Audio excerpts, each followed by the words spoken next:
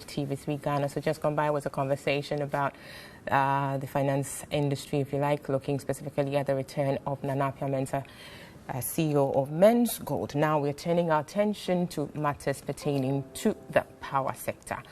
This week, the Chamber of Independent Power Producers and Consumers issued a statement, and in that statement, they impressed upon Power Distribution Services (PDS), the successor to ECG, to pay all outstanding debts owed its members, or they would shut down their plants. Now they're talking about debts in the sum of 700 million, 400 accrued as of the time ECG was being taken over by PDS, and post that takeover, some 300 has also come to top up, making it 700 million US dollars.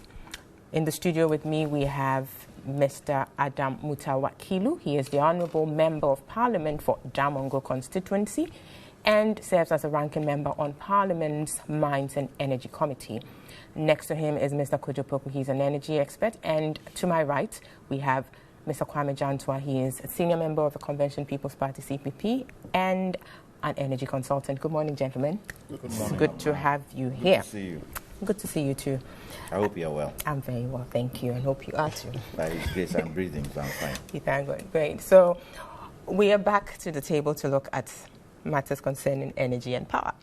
I mean, this is one of the very, very key issues to, the populace, because we know what the implications of power outages are. We don't want to get to that point. And so anytime any issue rears its head bordering on a possibility of us being plunged, or the country being plunged into darkness, then we are all concerned. So this week, when the Chamber came up with that statement, obviously everybody was interested or concerned about that. I'll start with you, Honourable. PDS taking over from ECG under the concession agreement and everything, the hopes, or the objective there was that, well, it's going to turn around things financially, operationally, and a whole lot of, issues.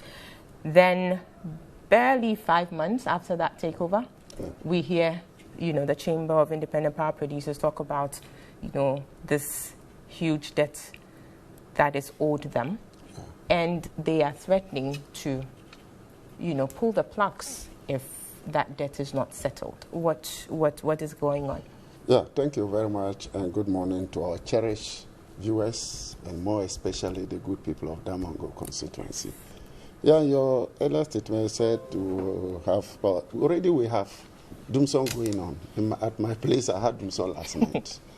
I'm aware around Speed Test Road, they didn't have lights last night. So it is already going on, and it didn't start now. Since last year, we've, as minority, have made it clear that the financial position of the state-owned agencies, enterprises in the power sector is so terrible, and if we don't take time, we'll plunk into darkness. And we made it clear that it is as a result of financial problems or liquidity challenges. The minister earlier said technical power. That has always been the debate, finance or technical? Eventually, in May, 1st May, Gridco came out that if it is not supported by the government, did not pay their debt, which is about $171 million, they might not be able to transmit the power that is needed.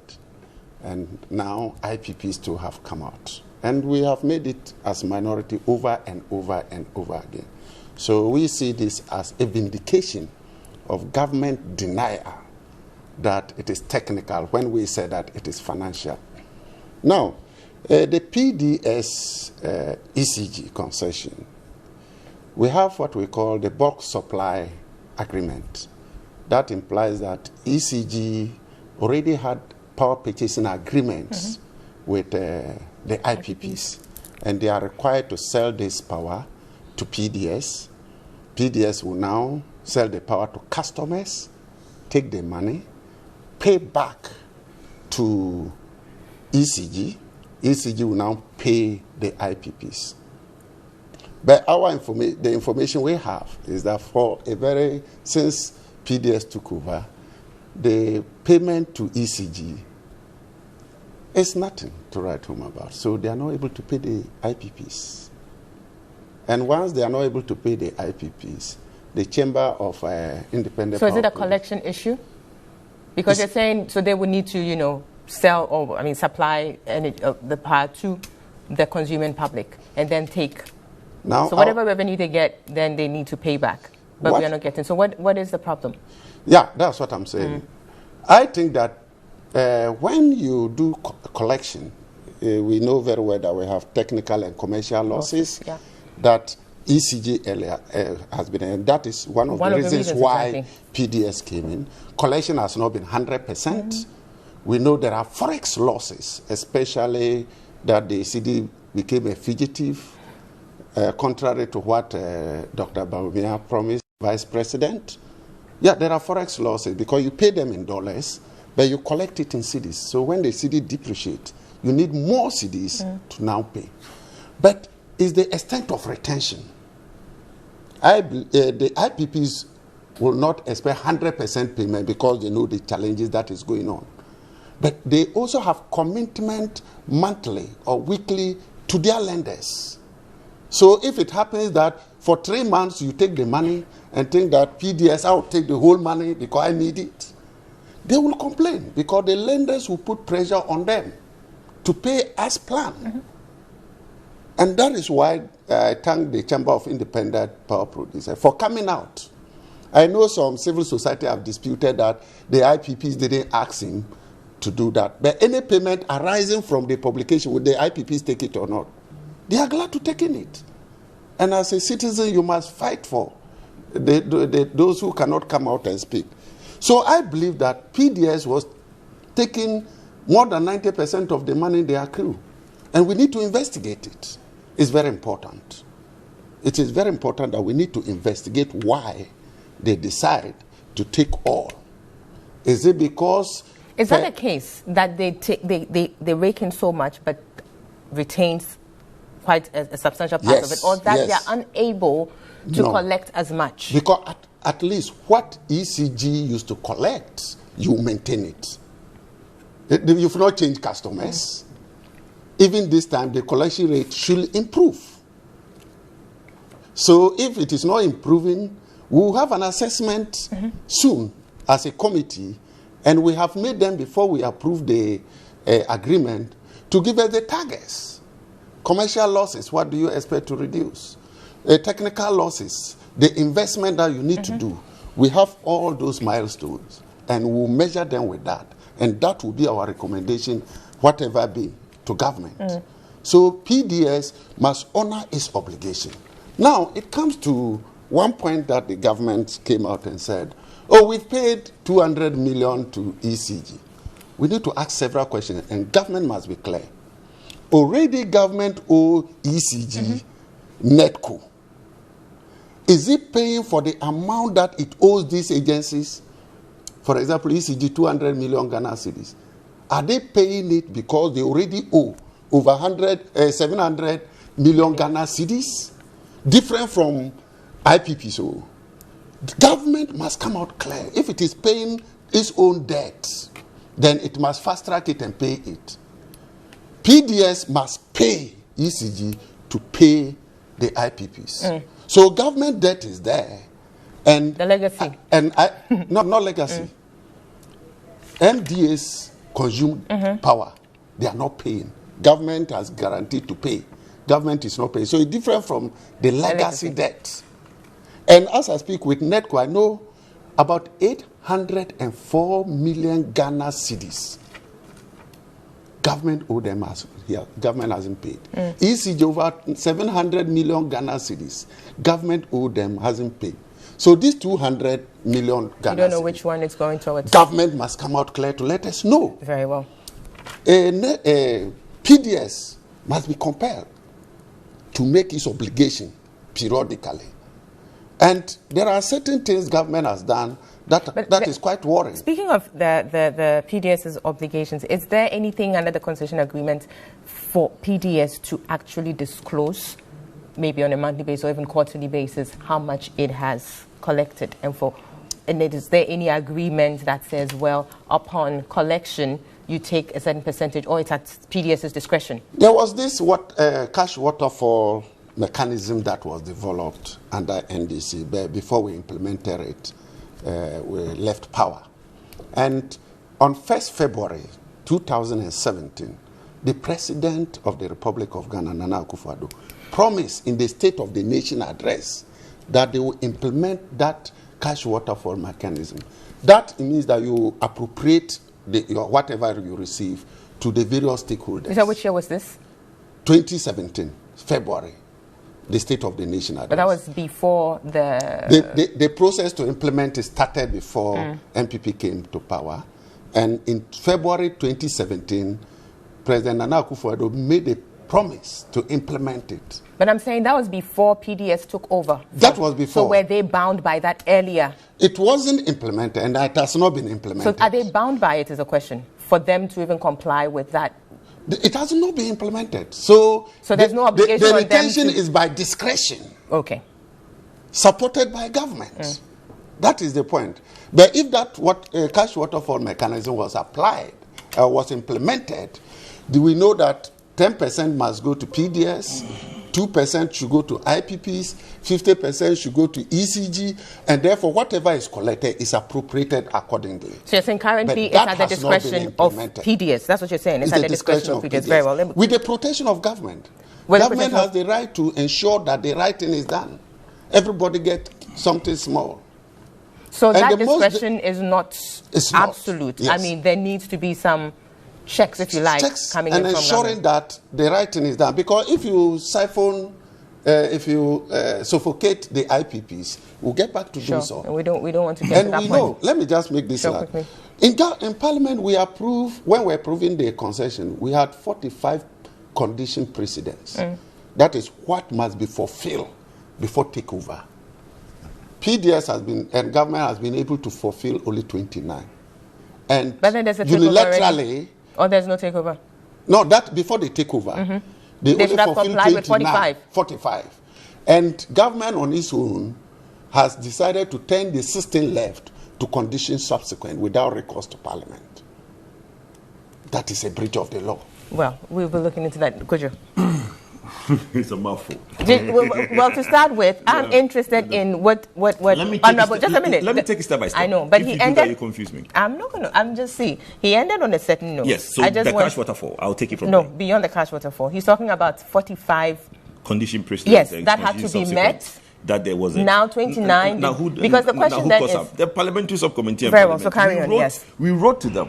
Myself, Mr. Jantua, and ASAP went and had a meeting with Mr. Mrikuduka. Did a submission to Parliament and said, "Look, this thing that the Minister Honorable Jakun has presented, you guys should turn it down. Don't approve it." They didn't listen to us. They went ahead and approved it. So there was parliamentary approval. There was parliamentary approval, and they agreed and approved. Look, there were a lot of holes that we punched in that document that was presented to Parliament. Myself, Mr. Jantua, and ASAP. They did not listen to us. So let's put that on the side and let me now address some of the things that raises serious issues about the scrutiny that Parliament... Are you denying that Parliament it received parliamentary approval? We did our best. We take inputs from everybody. Everybody.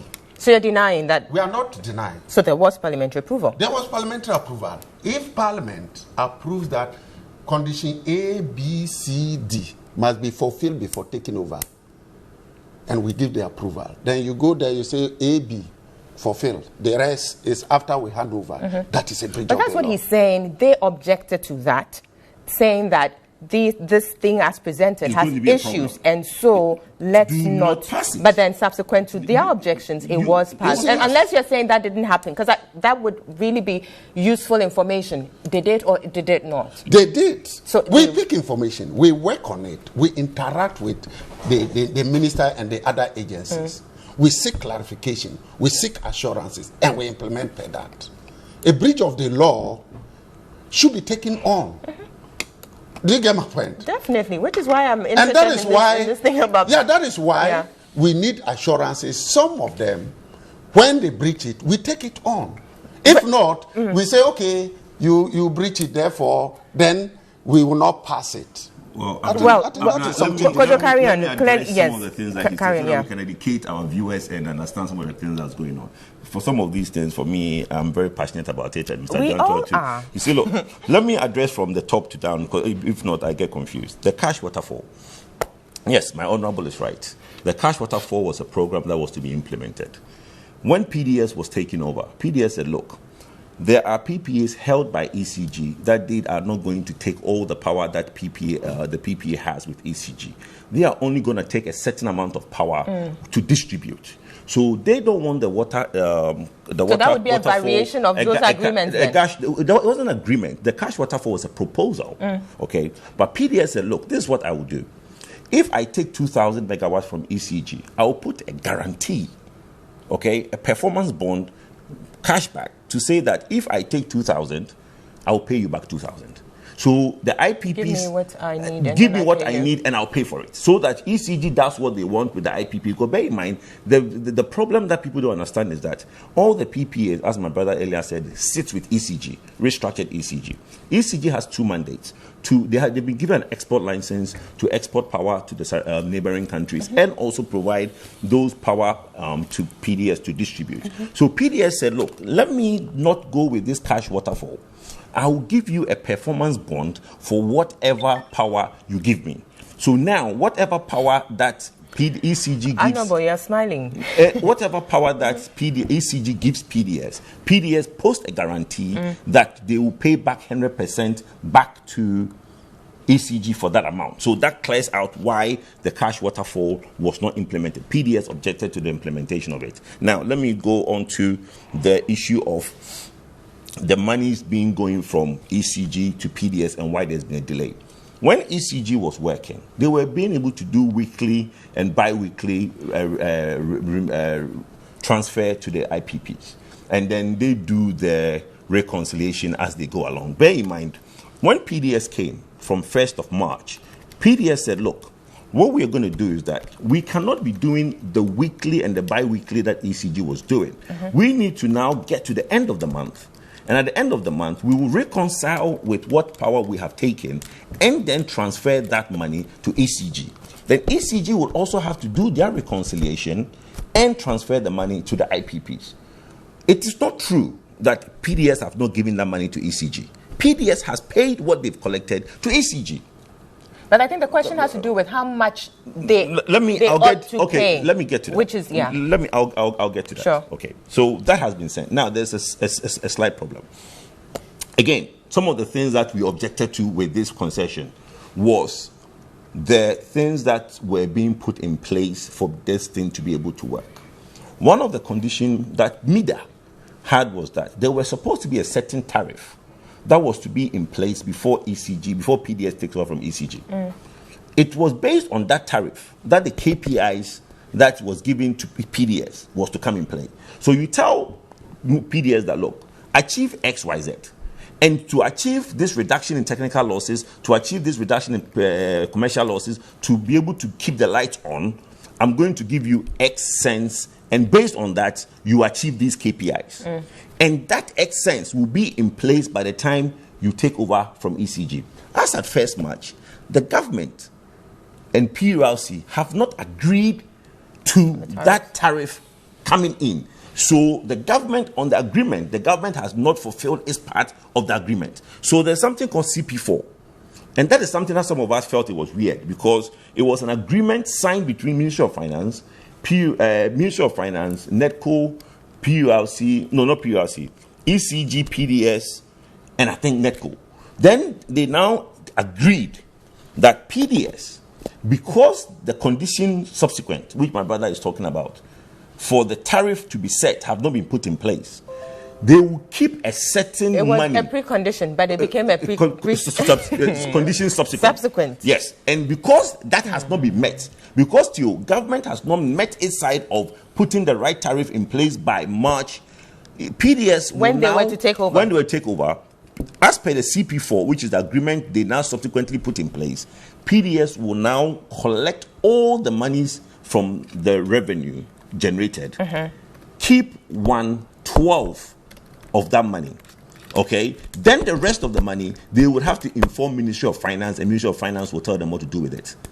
So there was a CP4 which came subsequent to it took over. Are you saying so? The CP4 came to replace, as it were, it varied. It became an annex or addendum to the existing agreements that was there.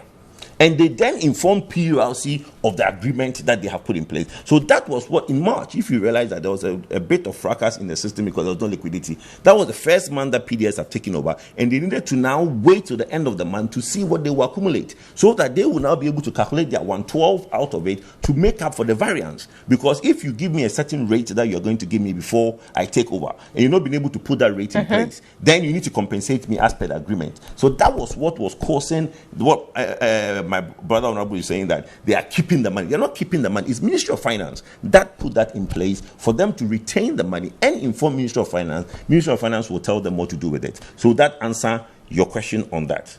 Now, So what to do with the money that's collected? That some money has been. Yes, money is collected. So not all money collected. Yes, and the ministry is to tell them what to do with it. The Ministry of Finance will tell PDS what to do with it. Now, not all money collected were transferred over to ECG. So like I said, that agreement was made condition subsequent. Then PULC was informed later. PULC was even upset about it because why would you go and agree this among Ministry of Finance and the parties?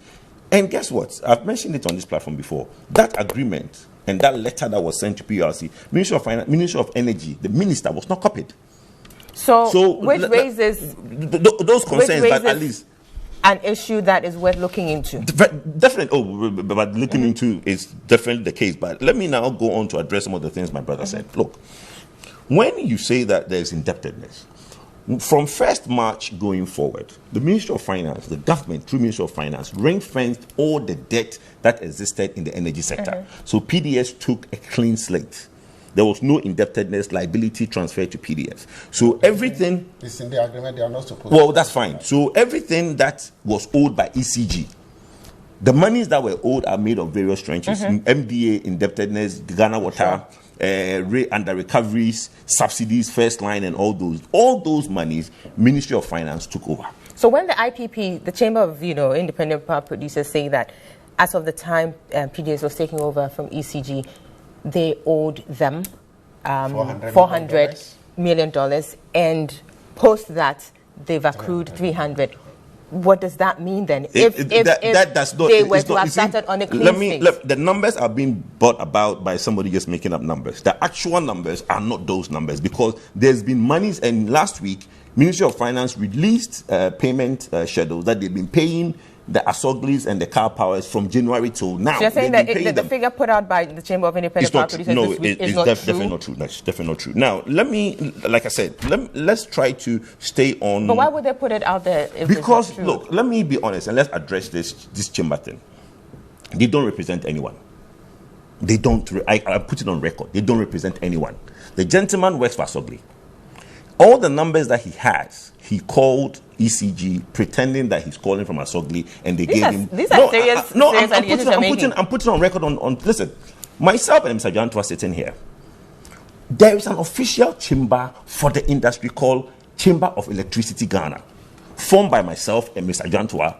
And we have done all the consultations with all the IPPs. And you're saying that you represent... We have not... No. You see, the reason we have not come out is that we have done a draft constitution.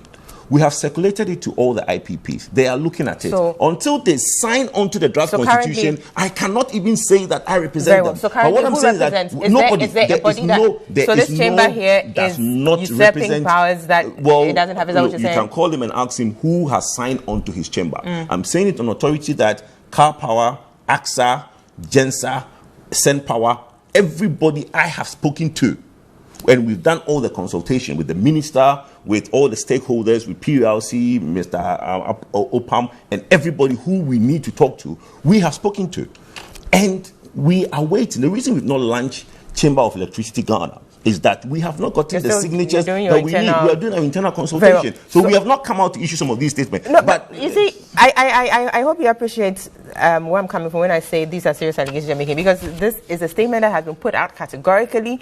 There are names in there, somebody claiming to be the CEO. Who works for Asogli Ghana anyway. That's what he works for Sonia Sobi. Well, that is not indicated from the statement. But I'm saying, so if you're saying this, just a minute, if you're saying the Chamber of Independent Power Producers and Bulk Consumers do not represent or do not have the mandate to represent the players in the industry, that's a serious statement. How is it? Because let me tell you something. In an era of free formation and free association, anybody can register anything. In the era of 24-hour news media, yeah, you can register, but to make it legitimate, you should have the mandate of the people. Where is the legitimacy? The company is registered. He puts a letterhead and writes a statement, and the media is on the media frenzy on what they put out there. There are a lot of things that are put out there that are not true. Look, I'm one of the few people in this country. What wakes me up in the morning is what people put out on the media, because everybody is calling Kojo Poku to get his reaction. So what I'm telling you is that when I get these things at 6 o'clock in the morning and I call the people involved, and everybody tells me, Kojo, there has been no meeting, we have not told anybody to go and issue this threat to government. Yes, like my brother said, if that statement is made, then indebtedness is there. Would the money that results from the payment, wouldn't they take it? They will take it. So they don't care. But what I'm trying to add to the matter is that if somebody goes out there and issues this thing about in 8 days we'll pull the plugs, it's not that easy. You cannot pull the plug. You cannot do that. To pull the plugs and shut your machines down, you know what it means? Every IPP has a bond. That bond is given to you that in failure of government paying you, call on the bond. When you call on the bond, what it means is that you are shutting down and leaving the country and terminating your PPA. Very well. So if you come up with some of those things, you cannot threaten your employer. I mean, you raised a number of things, both yourself and Honourable. You talked about the cash waterfall. You wanted to raise clear. I'll give it just whatever I raised, he has come back to that. He's come. Some monies were not paid to EC. He has explained that truly some money were retained.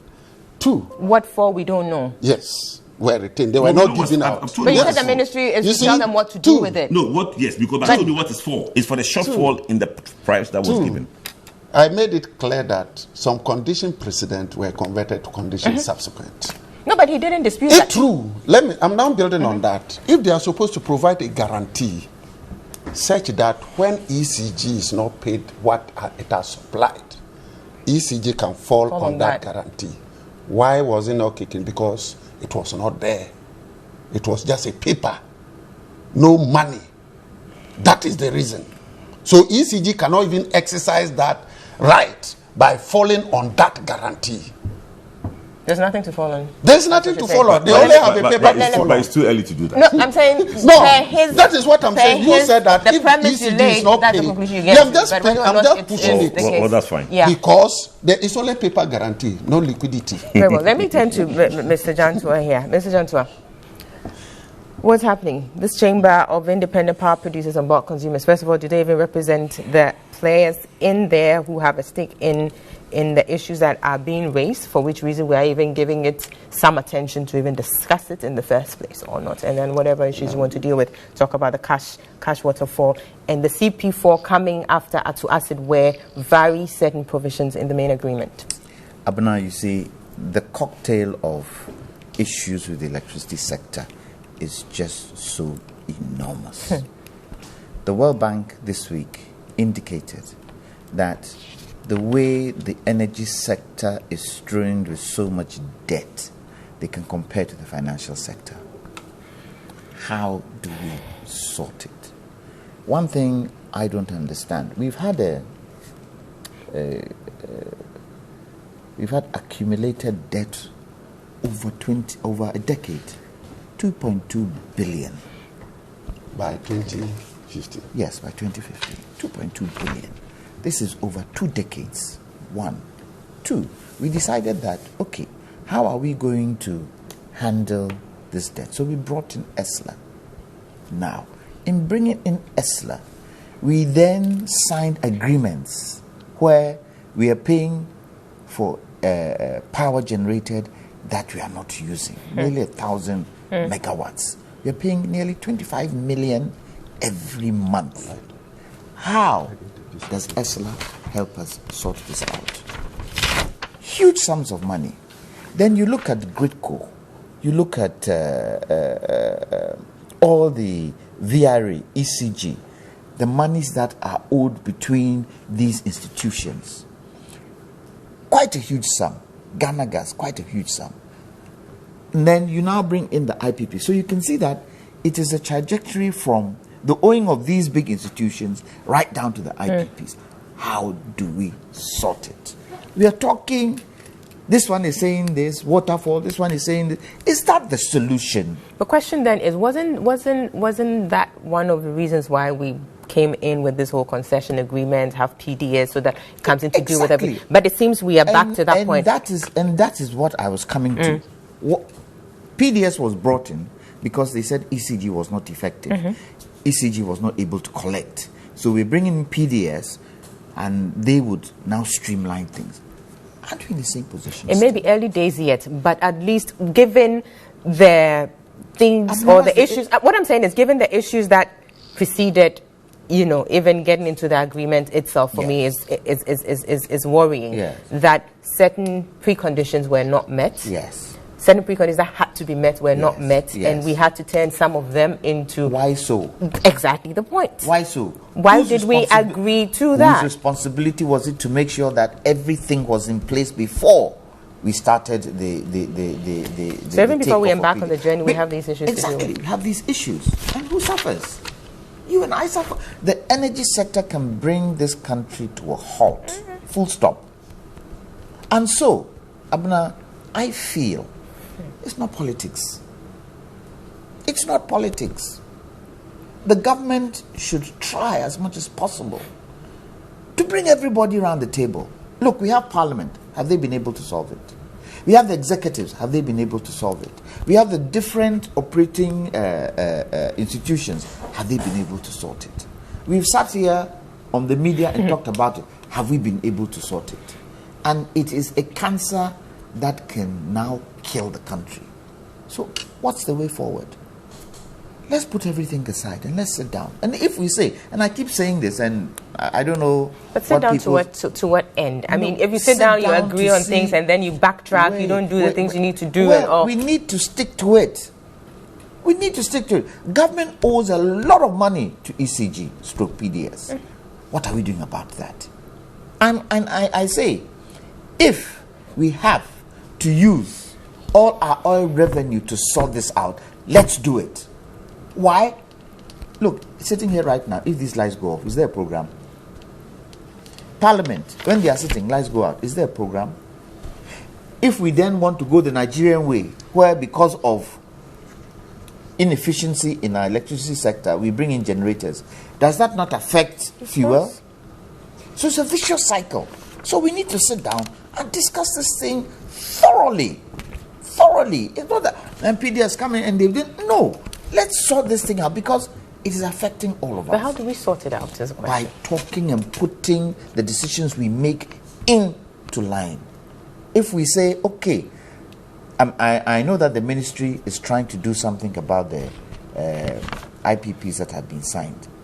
And I'm not sure whether they have done the press conference yet, but I was privy to some of the issues that they were trying to sort out in terms of the debts that are owed, how they can bring down some of the capacity charges that would help them make sure that it's in line so that they can pay something. But the debt is huge. We have this 2.2 billion. Then we have the IPPs, also their debt. What does all that come to?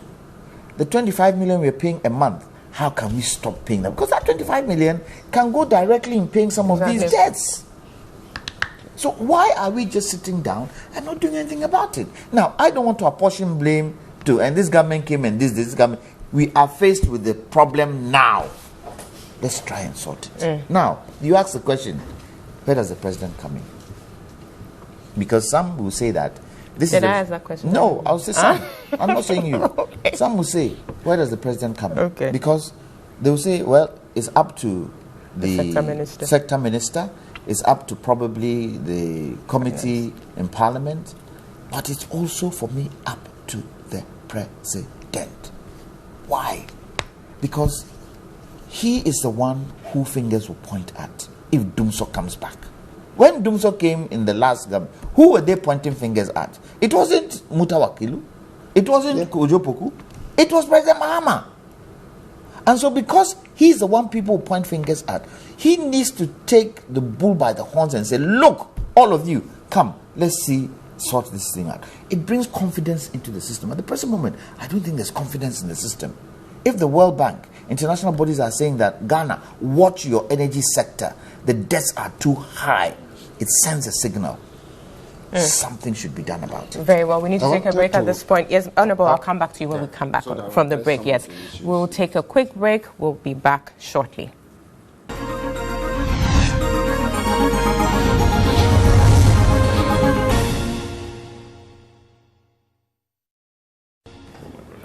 Welcome back. This is the Key Points, and we are live.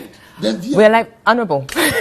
We're live on TV3. We're also live on 3FM 92.7. Obviously, Honorable wants to start with his submissions even before I, do the needful here. But yes, so we're looking at the energy sector or the power sector, where this week some statement was issued in respect of debts owed independent power producers to the tune of $700 million. And we're looking at exactly what the situation is, how we can, get the situation rectified if need. I mean, if it can be rectified at all. We are trying to understand exactly what the terms or the obligations of the PDS is within the context of the concession agreement and all. Honorable, you wanted to come in here. First of all, I wanted to address to highlight some few things my big brother has said in respect of the debt. He spoke about the legacy debt and why ESLA came in. ESLA came in December 2015. As a result, during that time, we did an assessment of the debt in the energy sector, and it came up to $2.4 billion. Yeah. Going forward with the ESLA... That was 2015. 2015. Going forward with the ESLA, it was made clear that the powers... 1992 to 2015. 1992 to 2015. It was made clear that this ESLA should be able to leverage the power sector and agencies, taking most of the debt out so that they can do. As a result, by end 2016, the debt reduced to $2.2 billion. So there was a reduction because the Minister of Power and the Minister of Finance, in 2 years, Setekpe under President Mahama, had paid $250 million.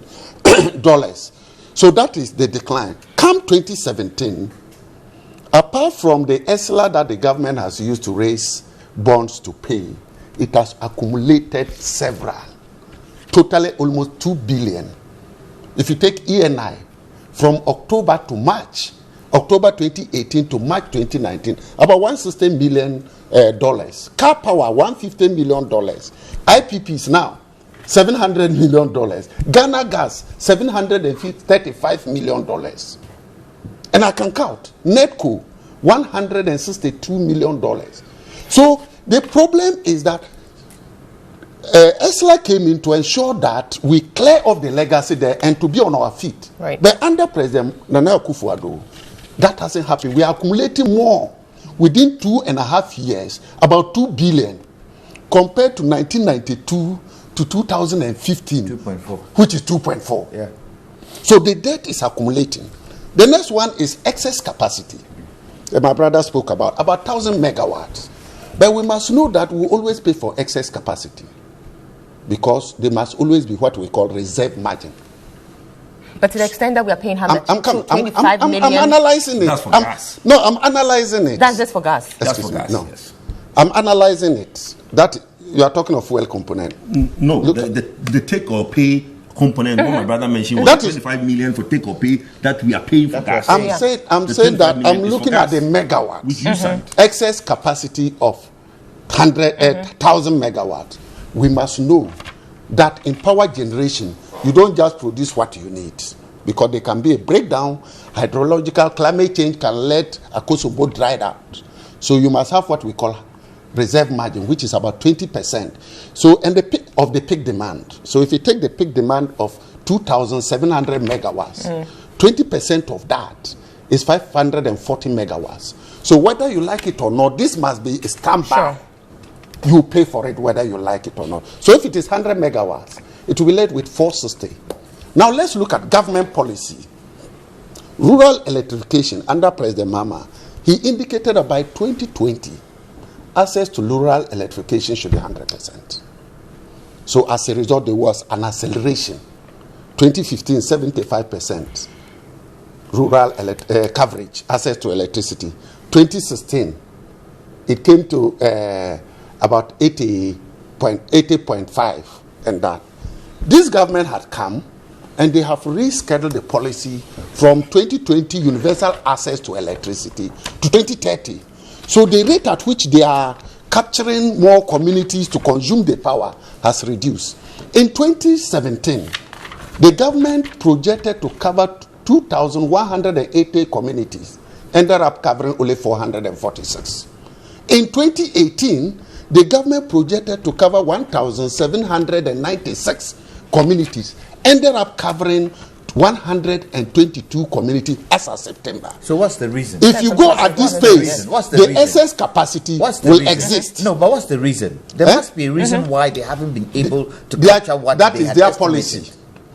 Their policy has changed from 2020 to 2030. No, but that's fine. But in between the time, there are targets, and you're saying they're not able to meet the targets. And the question then is, what are the reasons for the failure? One of the reasons is that if you say Ghana Beyond AIDS and 2017, your donor funded in the budget is 88%.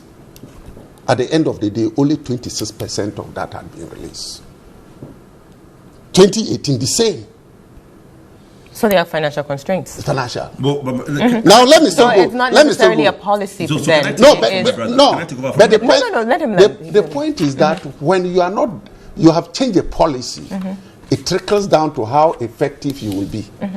Now, this government came with the promise of one district, one factory.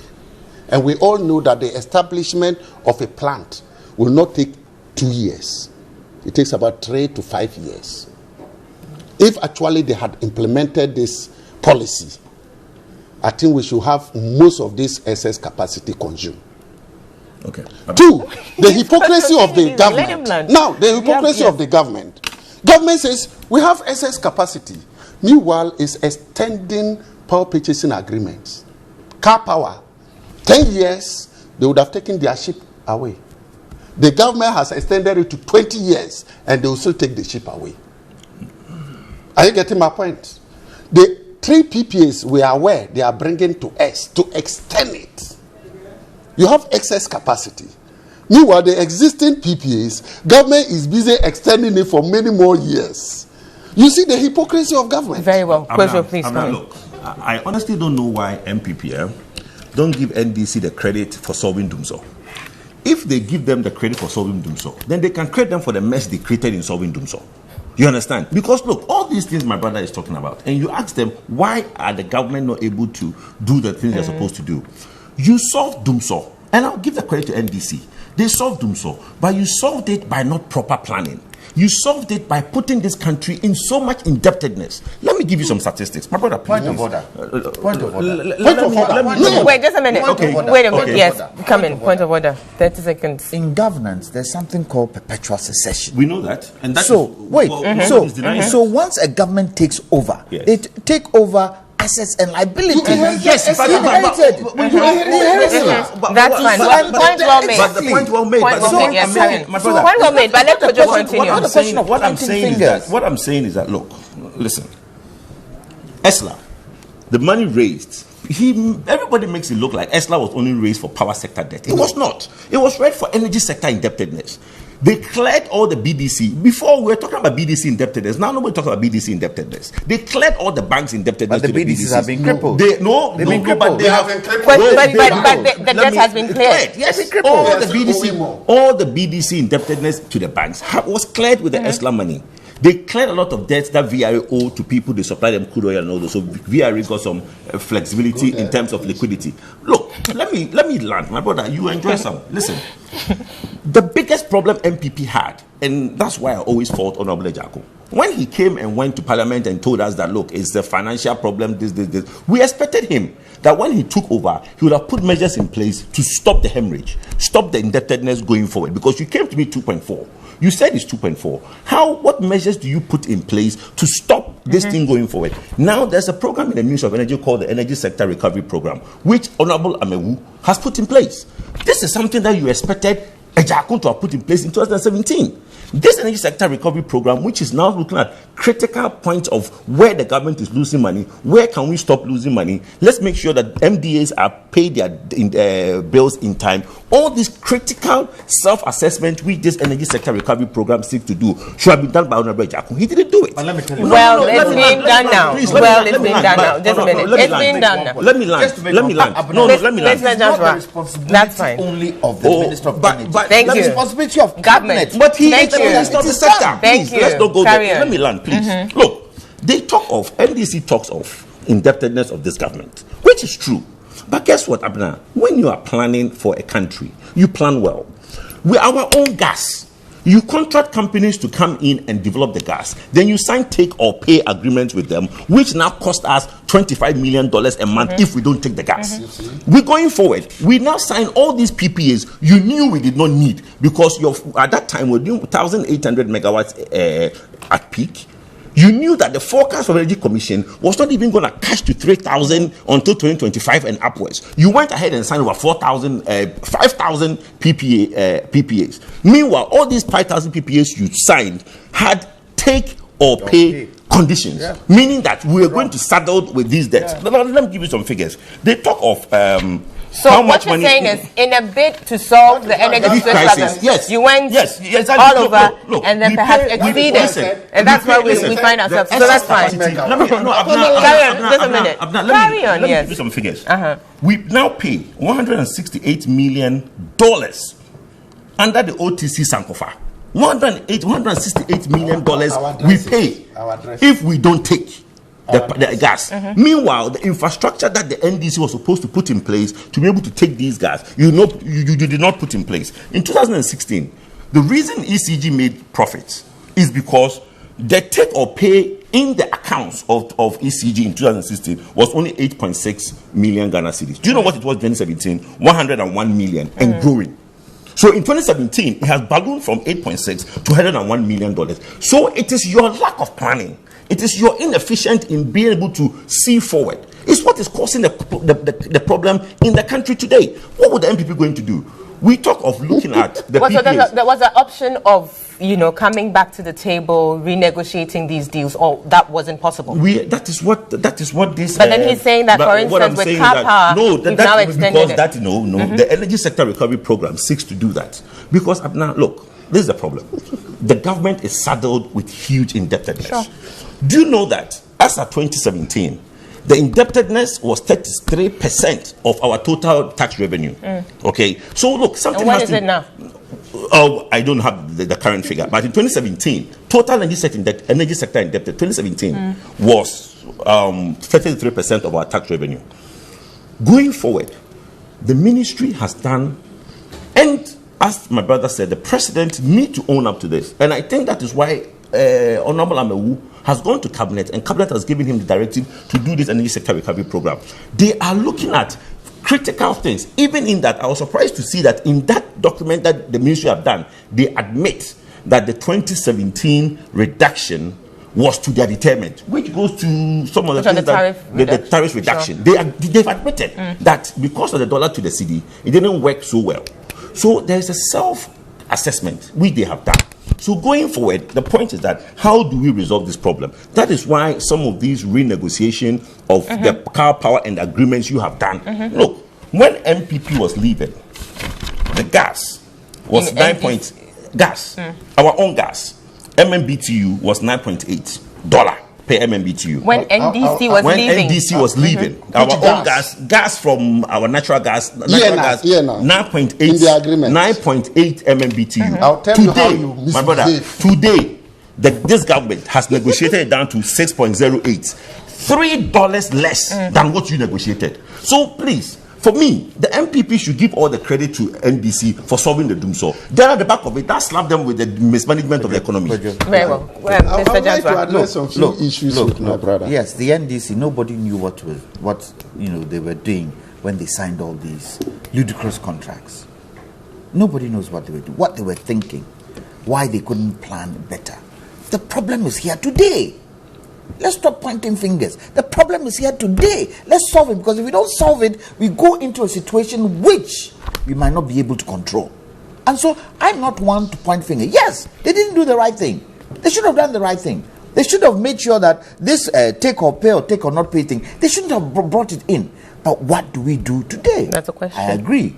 The government has been able to bring down, is the capacity charge? Yes, capacity charge. 6.08. No, the gas. The gas. I'll address it and tell you how Are your you government disputing behaves. that? Are you disputing that? I'll analyze it. No, are you disputing that? Has there I been... want to let them know. No, you could analyze it, It but was the point is precedent that... on the cost savings. So there's been a reduction. Now, There's been a even the reduction, reduction but there's is not up to the level but we there's want. been a reduction. No, I'll Whatever explain the it. I'll case explain is, it. There has been a reduction. If you want me to explain it, No, I'll I explain get it. it. I just want to... Yes, Now, because let me we're explain it getting- briefly. But please, let Mr. Jantua carry on. Yeah. Whatever the case is, there has been a reduction.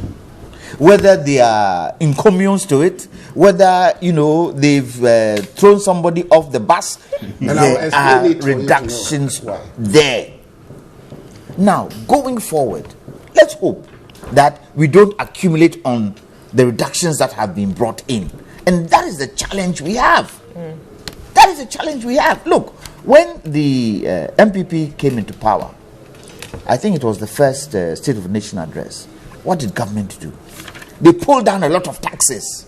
What have they gone back to? They've raised back the taxes. And that is where the challenge is. When you do something, you've got to be able to stick to it. If you can't stick to it, don't even start. No, but you review things, you evaluate things, and then go back to the drawing table and do it the other have way. to I mean, you review- just don't stick to it. If it's not working, you don't stick to it. Abna, you don't review things in a short term. You view things with an eye into the long term, so that you can see whether going forward, we would have to increase X, we would have to increase Y. Yes, I do agree. Sometimes there are emergencies. The emergencies that you need to take control of and make sure that you can realign things and things don't go bad. But those emergencies are few and far between sometimes. But we look at the energy sector today, right through the value chain, downstream, upstream, electricity, power, problems, which we cannot continue that way. 2.2 billion, legacy debt. 2017 to now, 2.4 billion addition. How?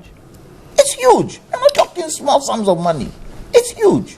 And that is why I'm saying that, look, irrespective of how my brother Kojo is analyzing it, let's all sit around the table. Government, let's all sit around the... is it only MPP that fingers will be pointed at? Is it only NDC? When Dumso comes, all of us will be part and parcel inside. We saw what happened the last time round. Businesses collapsed. People were out of work. People couldn't do anything. People's purchasing power had to go up because any food they put in the fridge, it couldn't cool down. So it is key that we don't point fingers. That is where I see it. Yes, but let me ask this question that you raised it, the PPAs for which we're paying certain sums of money. I mean, like the take or pay agreements and all. How do we get out of that? Well, we need to sit down with those we have agreed to this with and come to some conclusion. Tell them, look, whatever you do, we won't be able to pay. It isn't something we can pay. And I think Car Power has tried to, But then that's work what it's out. been extended. Yes, well, that's why it's been, and Car Power indicated if that is what we're going to do, then extend it for another 20 years. 10 years, another 10 years for us. If that is something that would help solve the challenge now, let's do it. So go back to the table and let's make sure that the 10-year extension is not going to accumulate debt. It's a saving. It is the question of the debt. That's where the problem is. Now, right now, we say we have excess. We say we have excess gas, but we are trying to bring LNG in. How does that make sense? We have excess gas. We are trying to bring LNG. Why are we bringing LNG? You only bring LNG in when you have a deficiency of gas. Why are we bringing it in? Who is responsible to make sure that we do the right thing? Is it the president? Is it the Minister of Energy? Who is? But you see, I also keep on saying that at any given time, Abna, when we're doing these things, carry the people along. Carry the people along for them to understand where you're heading for. That's why you are a government. You don't want the suspicion that they're doing something under the table that we don't know. It doesn't help. Carry us all along. You have the media houses. The ministers, come and sit and talk. Because look, this is one country I see the ministers in charge of these areas do not come on programs like this. They're working. Yeah, but Oh no, they are bigger than this. isn't that part of the work? They are bigger. Isn't that part of the work working. to communicate with the people? Because come 2020, are they not going to come back to the people? Are they not coming to sit on these media houses to tell them why they should vote them back into power? And so if you're giving that position to control and to do the work, why don't you come and sit here and explain to us? I would expect it, if nothing else, a deputy minister sitting here, if the minister himself can't come, his chief director sitting here, expressing some of the things that so that Honorable, who is in Parliament, who is supposed to be with the legislature, can also ask the questions. And people like Kojo too can punch them in areas that he feels they are not doing the right thing. But we don't see them. Very well. Can I address the 9.8 now? The reduction. Yes. You see, we don't read the details, the nitty-gritties of the agreement. That's your job. The agreement said 9.8. However, we have a World Bank support of 7 billion. For every $100 million cost savings, the gas price will reduce by 55 cents. In March 2017, GMPC, part of their work program, outlined that they had made a savings of $690 million. And instead of applying it to reduce the gas price, they wanted to use it to drill more wells, to increase the plateau, so that instead of producing 181 million standard cubic feet a day, they want to increase it to 250 million standard cubic feet a day. The committee said no, apply it to reduce the gas price. And if you apply that amount, the gas price is supposed to reduce by $3.3.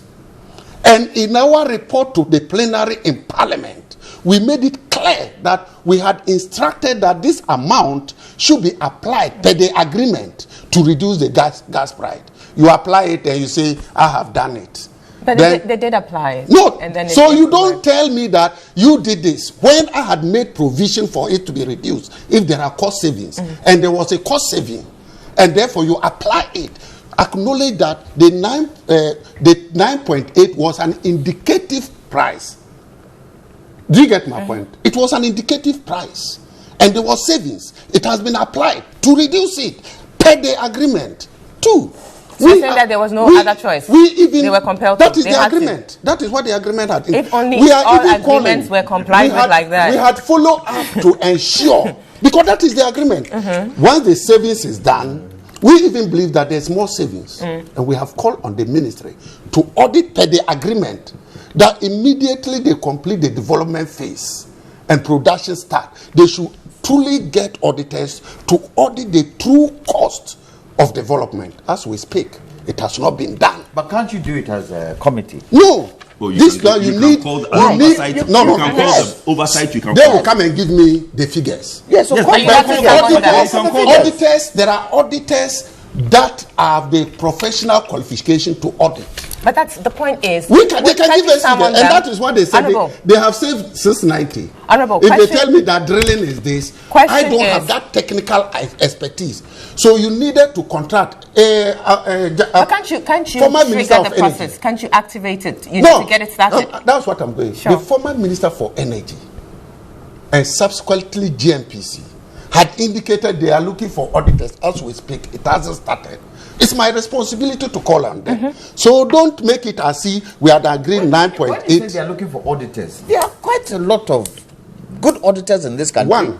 No. It's not like that. Specifically Not for petroleum. For petroleum. For petroleum, Yes, we don't have. yes, whatever the we case don't have is, here. If you We need to don't bring, have it. if you need That to is bring why we others call in, on bring them in. to do it, and so that we ascertain per the agreement the true cost before going But forward. Honorable, I think the point is, sorry, yes, you get to your We are two, not. We are, but the first point is also Give it to important. Piak to do. Because the thing is, if it is a step that has to be taken, then by hook or We call crook, on it the needs to be executive. done. We call on so the it's not to executive. leave them, you know. we call on the executive, and when we meet them next, they present their decision. We'll mid-year review. We'll ask them where they have gotten to. It is delaying. They have started production. We needed. They are factoring it into cost oil or whatever to deduct at the end of the day. But we must know that that project is non-associated gas. It's not like Jubilee. It's a different where it is dependent. You can take the oil and the gas is an extra thing. This one, they depended so much on the gas. So they take or pay is a guarantee for them. Very, very important. Now, let's come to the infrastructure. In wrapping up, we have this about why we are not able to consume the gas. We enter into this agreement. Less than 5, actually. We're supposed to do a reverse flow. Processes have started. You have come to power. As at October 2018, 1 year, 10 months, you are blaming the previous government. Then that is a clear sign of the reverse flow has very well. Quickly. No, that is what it was shut down some time ago. That is why I say up to October, 1 year, 10 months, you have done nothing to do the reverse flow, and you are blaming President Mahama for that. That is a clear sign of incompetence. That's fine. And after the reverse flow, is it working? Car power should have been Takoradi by now. We are running out of time. To consume the gas. They still seated here consuming oil because of Litasco. Thank you very much. Could you carry on? Well, we sell our oil at a discount. My brother, I'm happy when my brother is very forceful and open when Parliament has done their work. I'm very happy. When they don't do their work, then he now tries to shift the blame to somebody else. No, it's good, my brother. That is why you guys are there. You know, everybody is happy when the oversight works. Sure. We are happy. You see, some of us, look, sometimes the facts on the ground suggest that when we were in darkness, and clearly I understand that, I keep saying that, look, the situation that MDC found themselves from 2012 to 2015 was different. We were in darkness, so sometimes 24-hour darkness. So yes, the clarity to make decisions will not have been the same as it is today when we have lights and MPP has to do better in making certain decisions. So I don't blame them too much. But the point is that admit the fault. You didn't do well, and let's deal with it. You understand? Because look, for you to start pointing fingers at somebody that meanwhile you have the one that has created a problem for him to inherit. That is my problem. Well, let's leave it there. But that will forever be. That's fine. That's the politics that you guys will play. Exactly. For me, it's good we have but without consuming it. But the cost of it. The cost of it is what we are having. The cost of it. No, it is in the power sector. It's very important. Let me spend my last. We understand that. That's fine. Let me spend my last minute trying to explain something further. The 3 PPAs that the government is trying to look at basically is to give government a wiggle room now, so that you move some of your indebtedness to the future, so that for now we have that liquidity to pay other things. So much money is going into the energy sector. It is affecting. Look, this government spends so much on energy and education that other areas are suffering. And for me, my last point is to veer off this program a little bit and congratulate FDA for the work they did recently in arresting this woman, Mama G, for this thing that they were doing on social media. So for me, I want to congratulate FDA and Dr. Nkrumah and their team for a good well done. We should really be on social media to take all these cosmetics and fake products from the system. Thank you very much. Thank you. Yes, Mr. Jota, you have the last minute. So I won't get any. We're done. You wrapped up nicely. Just Mr. 1992 to 2015. We accumulated 2.4 billion. 2017 to date, we accumulated 2 billion. It is not sustainable. We definitely have to find a panacea to this. Going forward, this particular thing cannot happen. We cannot accumulate another 2 billion going forward to 2020. We cannot. And we should stick. If we say ESLA is to pay debts, we shouldn't take money out of ESLA to go and pay something else. We should stick to it and try and pay the debts in the energy sector. It's key, because without energy is like water. Sure. It's like the moment energy goes, everything is finished. Let me take the last comments from our viewers and listeners, and then we sign off. This one says, please ask the panelists whether the ESLA bonds are not enough to be able to settle the debts in the energy sector. That's Samuel from Tema. Yeah, there you have it. Victor says, if Ministry of Finance actually paid all the debts owed ECG, why Are our power producers and suppliers still complaining about debts? These politicians will never tell us the truth. That's Victor from Akachi. The NDC should stop their propaganda as far as the energy sector is concerned. The NPP government must be praised for their good work in the energy sector. That's Prince Nuruddin Baumia in Boko. This one says, hi, Abner, it's serious. I live at Tayman. If we don't have light during the day, we sleep in darkness, and it seems to be selective doom. So they've divided the area into zones so that one zone goes off and you can see light in other zones in Tayman, but no light in your zone. God have mercy on us. That's Larry and Tayman. This one says, good morning, Abner. When the fundamentals in your power sector are weak, your managerial incompetence will surely expose you. Yeah. That sounds familiar.